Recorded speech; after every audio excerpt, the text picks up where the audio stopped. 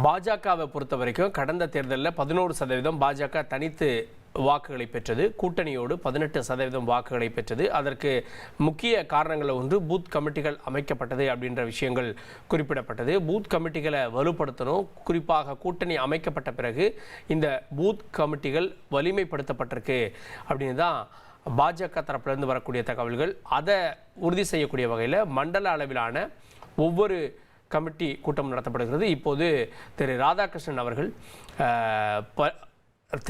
அவர்கள் பாஜகவில் இணைகிறார். திமுகவினுடைய மிக முக்கிய முகமாக இருந்தவர். குறிப்பாக ஈழத்தமிழர் விவகாரம், விடுதலை புலிகள் தலைவர் பிரபாகரன் உள்ளிட்டோரோடெல்லாம் நெருங்கி பழகியவர்.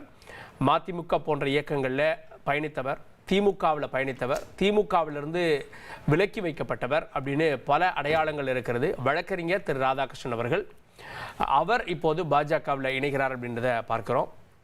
பாஜகவில் திரு ராதாகிருஷ்ணன் அவர்கள் இணைகிறார். ஏற்கனவே இணைந்த விஜயதரணி அவர்கள் அவர் சார்ந்த மண்டலம் இது, அவரும் அங்கே இருக்கிறார். பாஜகவில் இணைந்திருக்கக்கூடிய ராதாகிருஷ்ணன் அவர்களுக்கு என்ன பொறுப்பு வழங்கப்பட போகிறது? ஏற்கனவே பாஜகவில் திரு சிபி ராதாகிருஷ்ணன், திரு பொன் ராதாகிருஷ்ணன், இப்போது இந்த ராதாகிருஷ்ணன் அப்படின்னு பலரும் இருக்கிறார்கள் அப்படின்றது குறிப்பிடத்தக்க ஒன்றாக இருக்கிறது. குமரி மண்டலத்தில் அவர் தன்னை இணைத்து கொண்டிருக்கிறார் பாஜகவில்.